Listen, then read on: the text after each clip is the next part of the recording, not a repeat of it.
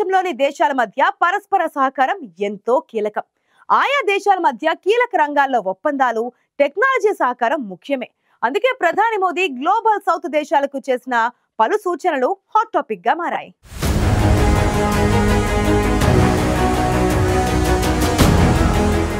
Global south దేశాల అభివృద్ధి కోసం అంతర్జాతీయ అభివృద్ధి ఒప్పందం చేసుకోవాలని ప్రధాని మోదీ పిలుపునిచ్చారు. అదే సమయంలో చైనా రుణ ఉచ్చులో పడకూడదని గ్లోబల్ సౌత్ దేశాలకు సూచించారు ప్రధాని మోదీ.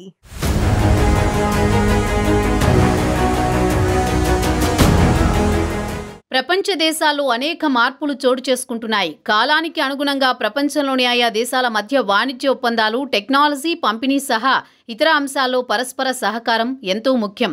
అందుకే దాదాపు అన్ని దేశాలు ఇతర దేశాలతో కీలక రంగాల్లో ఒప్పందాలు చేసుకుంటున్నాయి. రష్యా ఉక్రెయిన్ యుద్ధం తర్వాత ప్రపంచంలోని పలు దేశాల మధ్య ఉద్రిక్త పరిస్థితులు చోటు చేసుకుంటున్నాయి. మరికొన్ని దేశాలు ఆర్థిక సంక్షోభంలో చిక్కుకున్నాయి.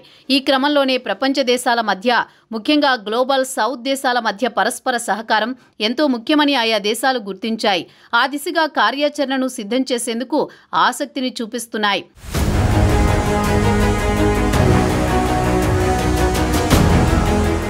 గ్లోబల్ సౌత్ దేశాల అభివృద్ధి కోసం మానవీయ కోణంలో అంతర్జాతీయ అభివృద్ధి ఒప్పందం చేసుకోవాలని ప్రపంచ దేశాలకు పిలుపునిచ్చారు ప్రధానమంత్రి నరేంద్ర మోదీ. ఈ ఒప్పందం టెక్నాలజీ పంపిణీ, వాణిజ్య సహకారం, తక్కువ వడ్డీకి రుణాలందించే దిశగా ఉండాలని సూచించారు. భారత్ అభివృద్ధి చెందిన తీరును ఆదర్శంగా తీసుకుని అభివృద్ధి చెందుతున్న దేశాల ప్రాధాన్యాలను దృష్టిలో పెట్టుకుని ఒప్పందం చేసుకోవాలని మోదీ స్పష్టం చేశారు. గ్లోబల్ సౌత్ దేశాల్లో ఆఫ్రికా, లాటిన్ అమెరికా, కరేబియన్, ఆసియాలోని ఇజ్రాయెల్, జపాన్, దక్షిణ కొరియా మినహా మిగతా దేశాలు, ఓషియానియాలోని ఆస్ట్రేలియా, న్యూజిలాండ్ మినహా మిగతా దేశాలు ఉంటాయి. ఇందులోని చాలా దేశాలు చైనా రుణ వలలో పడుతున్నాయనే ఆందోళనల నేపథ్యంలో ప్రధాని మోదీ వ్యాఖ్యలు ప్రాధాన్యం సంతరించుకున్నాయి.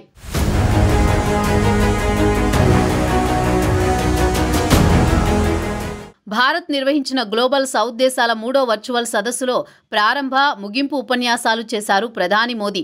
అభివృద్ధి, రుణాల పేరుతో అవసరార్థ దేశాలపై భారం మోపకూడదని మోదీ అభిప్రాయపడ్డారు.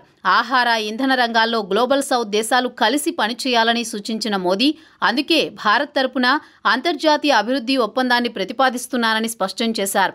ఇది మల్టిపుల్ సెక్టార్లలో మానవీయ అభివృద్ధికి సహకరిస్తుందని, భాగస్వామ్య దేశాల్లో సుస్థిర అభివృద్ధి, వాణిజ్య సహకారం, టెక్నాలజీ పంపిణీ, ప్రాజెక్టు ఆధారిత తక్కువ వడ్డీ రుణాలపై దృష్టి సారిస్తుందన్నారు మోదీ. వాణిజ్య ప్రోత్సాహానికి భారత్ తరపున $2.5 మిలియన్ ఒక నిధిని ఏర్పాటు చేయబోతున్నామని ప్రధాని మోదీ పేర్కొన్నారు. $25 మిలియన్ సామాజిక ప్రభావిత నిధిని ఏర్పాటు చేస్తామని, ఇది డిజిటల్ రంగంలో మౌలిక వస్తువులకు ఉపయోగపడుతుందని మోదీ పేర్కొన్నారు.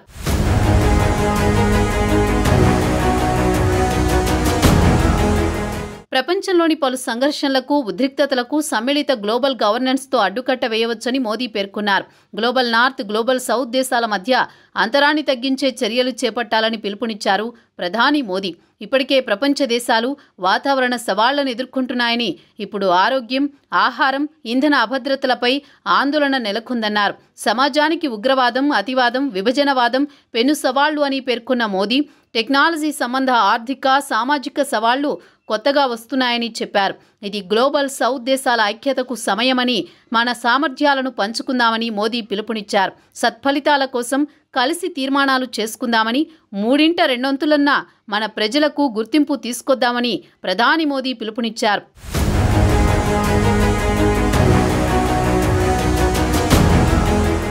గ్లోబల్ సౌత్ దేశాల 3వ వర్చువల్ సదస్సులో ప్రధాని మోదీ ప్రసంగం ఆద్యంతం దేశాల మధ్య పరస్పర సహకారం ఉండాలని ఆకాంక్షించారు. అదే సమయంలో రుణాల పేరుతో చైనా తన ఆధిపత్యాన్ని పెంచుకుంటోందని పరోక్షంగా హెచ్చరించారు మోదీ. ఆర్థికంగా సంక్షోభంలో ఉన్న దేశాలకు అధిక వడ్డీలతో రుణాలు ఇస్తోన్న చైనా ఆయా దేశాలను తన గుప్పిట్లో పెట్టుకుంటోందని, తద్వారా రుణగ్రహీత దేశాలపై పెత్తనం చెలాయిస్తోందని మోదీ అభిప్రాయపడ్డారు. అధిక వడ్డీలతో రుణాలు ఇస్తూ ఆయా దేశాలను అప్పుల ఊబిలో పడేస్తోందని, చైనా వంటి దేశాల కుట్రల నుంచి ఇతర దేశాలు అన్ని అప్రమత్తంగా ఉండాలన్నదే ప్రధాని మోదీ ఉద్దేశం. చైనా బాధిత దేశాలు చాలానే ఉన్నాయి. సంక్షోభంలో ఉన్న దేశాలను ఆదుకున్నట్లు భ్రమ కల్పించి అధిక వడ్డీలకు రుణాలు ఇచ్చి వాటిని తన ఆధీనంలోకి తెచ్చుకోవడం చైనా కుట్రలో భాగమే. అందుకే గ్లోబల్ సౌత్ దేశాలు పరస్పర సహకారంతో సమిష్టిగా అభివృద్ధిని సాధించే దిశగా అడుగులు వేయాలని పిలుపునిచ్చారు ప్రధాని మోదీ.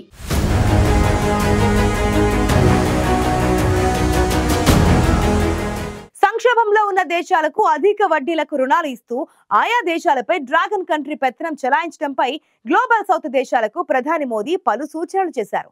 మరి ఇప్పటికైనా మోదీ సూచనలు తీసుకొని ఆయా దేశాలు చైనా ఉచ్చులో పడకుండా జాగ్రత్త పడతాయో లేదో చూడాలి మరి.